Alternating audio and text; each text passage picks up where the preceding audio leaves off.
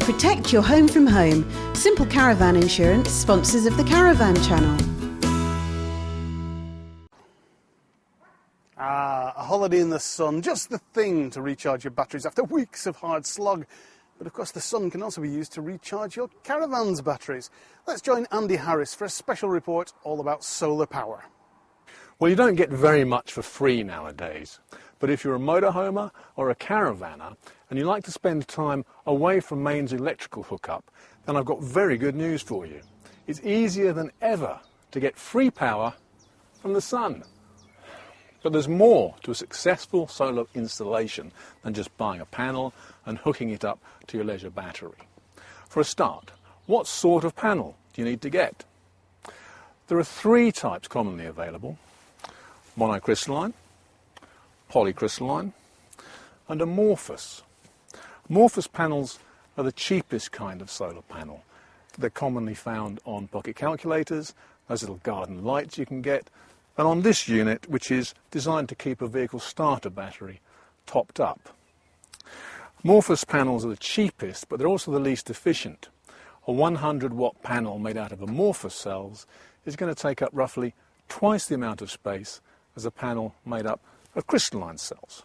Contrary to popular opinion, monocrystalline and polycrystalline solar panels are not really that different in performance.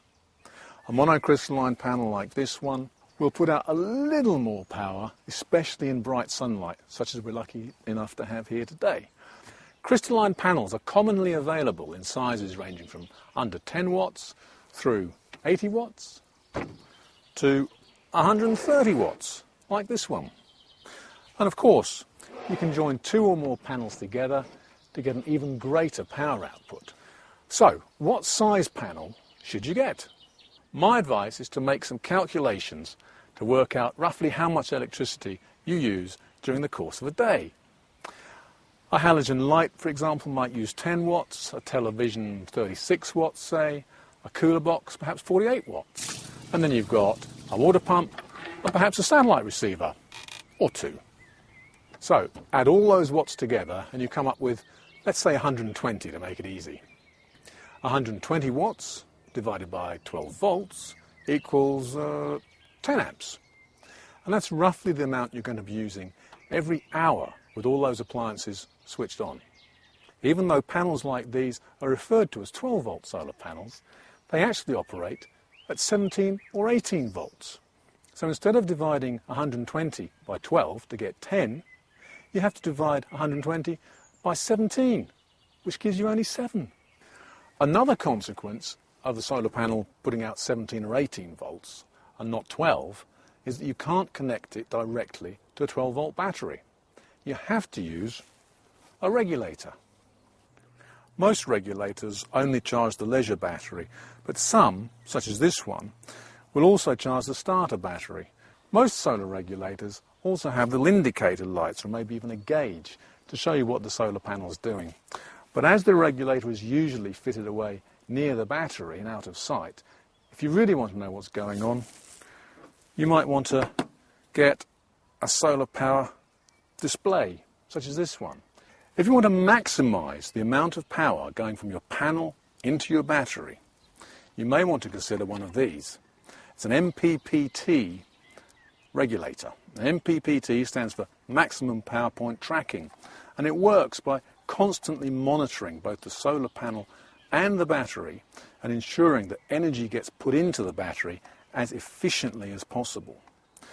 They're especially efficient on overcast and cloudy days, but they cost up to 50% more than a standard regulator. Another thing to bear in mind is that a solar panel only works really efficiently when it's angled towards the sun, and that's why this system is such a great idea. You can operate it from inside by turning the cranking handle. Of course, it'll still work when it's flat on the vehicle's roof, but turn it, angle it, and you'll get 30, 40, even 50% more energy going into your battery.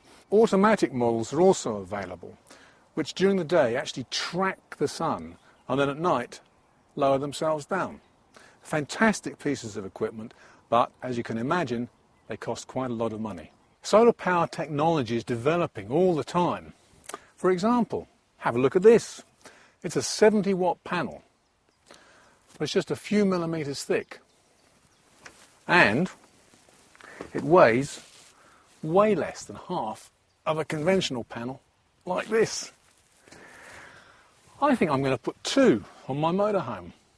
Well, after all, I've got a 12-volt microwave which uses 70 amps, several satellite systems, and, as you would expect, a 1500-watt inverter for my hairdryer. Free power from the sun, it's an offer you can't refuse.